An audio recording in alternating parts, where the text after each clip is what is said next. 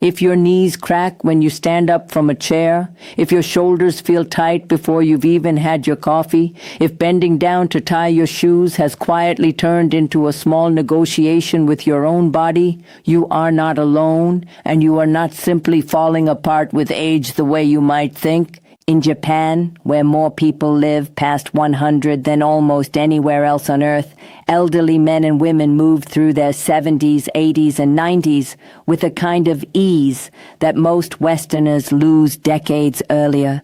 And when researchers started looking closely at why, the answer wasn't a supplement, a special diet, or a secret gym routine. It was a handful of simple daily movements, so unassuming that most doctors here never thought to mention them. Movements that quietly keep joints lubricated, mobile, and pain-free well into old age. Today I want to walk you through a 5-minute daily routine built from exactly those movements. The kind of gentle, deliberate motion that Japanese elders practice almost without thinking, and that research is only now starting to properly explain. If you're over 50 and stiffness in your knees, hips, or shoulders has started creeping into your mornings, stay with me, because by the end of this you'll have 5 simple movements you can start using today. No gym, no equipment, and only 5 minutes out of your day. What makes this routine different from most senior fitness advice you'll come across is that it isn't built around strength training in the traditional sense, and it isn't built around stretching in the traditional sense either. It's built around restoring the kind of full, varied joint movement that used to be baked into ordinary daily life before modern conveniences quietly removed it. Think about how differently an average day was structured even a few generations ago. More time spent crouching, kneeling, reaching, twisting, and moving through a full range of motion simply to get through household chores and daily tasks. Chairs, elevators, and labor-saving devices have made life easier in countless ways, but they've also removed the very movements that once kept our joints supple without anyone ever calling it exercise. Japan, in many ways, simply held on to more of that natural movement in daily life, floor seating, squatting to garden or to rest, walking as a primary form of transportation well into old age, and the research increasingly suggests that this incidental daily movement may matter just as much for joint health as any deliberate exercise routine. Before we get into it, drop where you're watching from in the comments and let me know which joint gives you the most trouble, your knees, your hips, your shoulders, or your lower back. I read every comment, and it genuinely helps to see how many of us are dealing with the exact same stiffness. Number 5, the towel shoulder twist. This is the one movement that consistently surprises people the most because it looks almost too simple to matter. You hold a towel at shoulder height with both hands, arms extended, and gently pull outward as if you're trying to tear it in half. While keeping that tension in the towel, slowly twist your torso to one side, keeping your hips facing forward. Hold for 2 to 3 seconds, return to center, then twist to the other side. That constant gentle tension is what makes this so effective. It activates the deep stabilizing muscles around your shoulders and spine, the ones that barely get used in ordinary daily movement and that tend to weaken quietly with age. Researchers studying joint mobility in older populations have found that maintaining tension through a rotational movement like this helps keep the connective tissue around the shoulder joint supple, which matters enormously because shoulder stiffness is one of the first things people over 50 notice, often before they notice anything in their knees or hips at all. Do 10 slow twists to each side, keeping your breathing steady throughout. Try it first thing in the morning when your joints are naturally at their stiffest, and you'll likely notice your shoulders feel noticeably looser within the first week. A retired nurse I once spoke with described her shoulders as feeling glued shut most mornings, barely able to reach a cupboard above her head without wincing. She started doing just this one movement daily. Nothing else changed in her routine, and within about 3 weeks she told me she could reach that same cupboard without thinking twice about it. That's really the promise of this particular movement. It doesn't ask much of you, but it asks for it every single day, and that consistency is where the real change happens.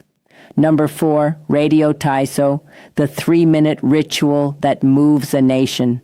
Every morning across Japan, a soft piano melody plays on national radio at exactly 6:30, and millions of people, from school children to grandparents, move through the same gentle routine together.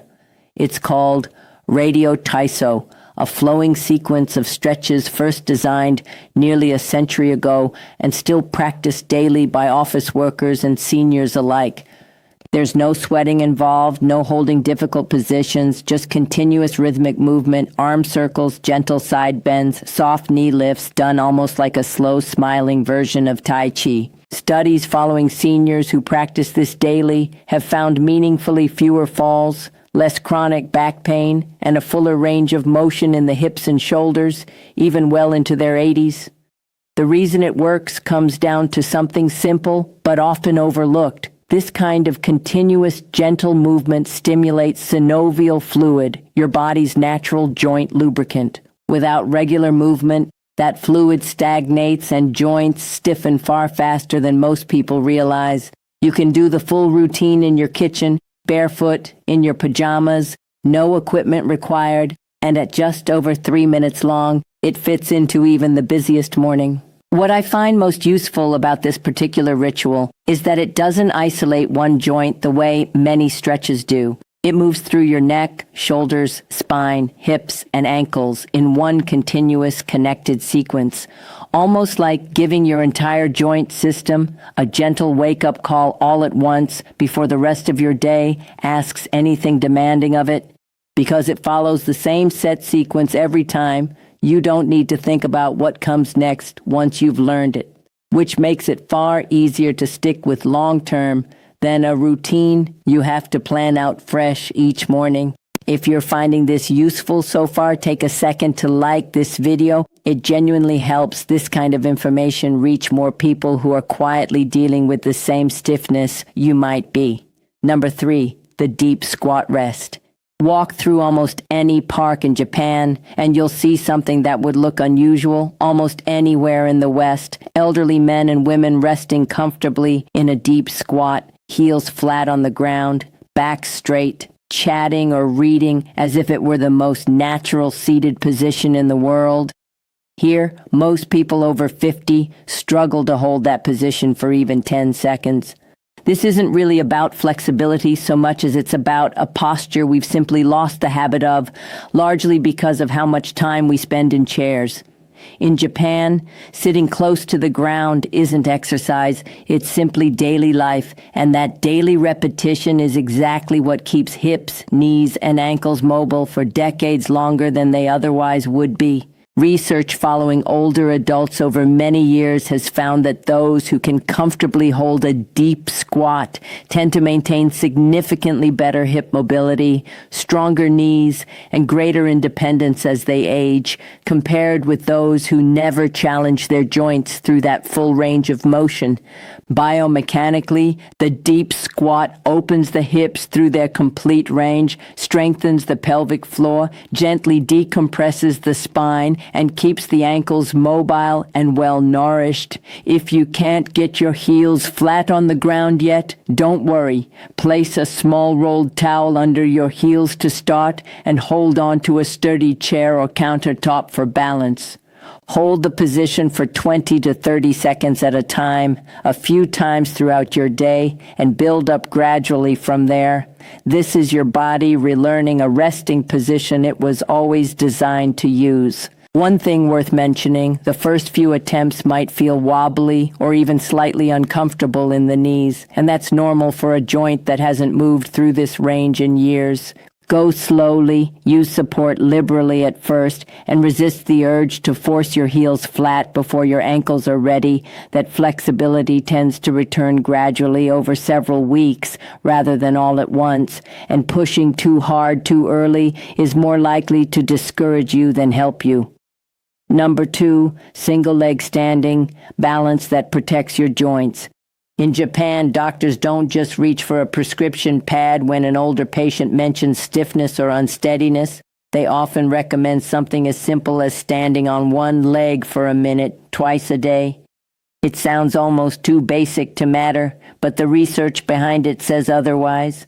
Long-term studies following older adults have found that those who practice single-leg standing regularly experience considerably fewer falls and fewer hip fractures than those who don't, along with better preserved coordination as they age. When you stand on one leg, your body makes hundreds of tiny adjustments every minute, engaging your ankles, knees, hips, and core all at once, which keeps the connective tissue and stabilizing muscles around every one of those joints active and responsive rather than stiff and underused. Some researchers now consider the ability to balance steadily on one leg to be a more meaningful marker of healthy aging than many of the numbers we typically focus on, like cholesterol or blood pressure alone. To start safely, stand near a wall or countertop, lift one foot just an inch or two off the ground, focus on a fixed point ahead of you, and breathe normally. Begin with 20 to 30 seconds on each leg. Once that feels easy, try closing your eyes or standing on a folded towel to add a bit more challenge. Many Japanese seniors do this simply while brushing their teeth, turning an already existing daily habit into a joint-protecting ritual without adding a single extra minute to their day. What surprises most people who try this consistently is how quickly the wobbling settles down, often within a week or two, as the small stabilizing muscles around your ankle and hip relearn how to fire correctly. That improved stability doesn't just protect you from falls, it also takes uneven pressure off your knee and hip joints during ordinary walking, which over months can meaningfully ease the kind of one-sided stiffness or soreness that creeps in when your body has quietly been favoring one side without you realizing it. Number 1, floor sitting transitions the movement that tells you the most about how your joints are really doing. In Japan, sitting on the floor is simply part of everyday life. Meals, tea, conversation all often happen at floor level, which means the average person gets up and down from the floor many times throughout an ordinary day. Most people in the West rarely do this after childhood, and that's a bigger loss than it sounds like. This single transition, going from standing down to the floor and back up again without using your hands for support, has been studied as one of the clearest indicators of how well someone is aging. Research following large groups of older adults has found that those who can move smoothly between standing and sitting on the floor tend to have noticeably better lower body strength, joint flexibility, and overall physical independence years later than those who struggle with or avoid the movement entirely. This isn't just about muscle. It demands coordination, balance, core stability, and careful motor planning. All things that quietly decline after 50 if they aren't regularly challenged, and all things that can be rebuilt with consistent, gentle practice. If going straight to the floor feels too difficult right now, start by lowering yourself into a kneeling position using a chair or low stool for support, then practice rising back up the same way. Even 2 or 3 careful transitions a day, done on a rug or yoga mat to ease the pressure on your joints, can build noticeable strength and confidence over time. This movement, more than any of the others, is really a daily test of your own independence, because the day you can no longer get up off the floor on your own is the day your world quietly starts to shrink.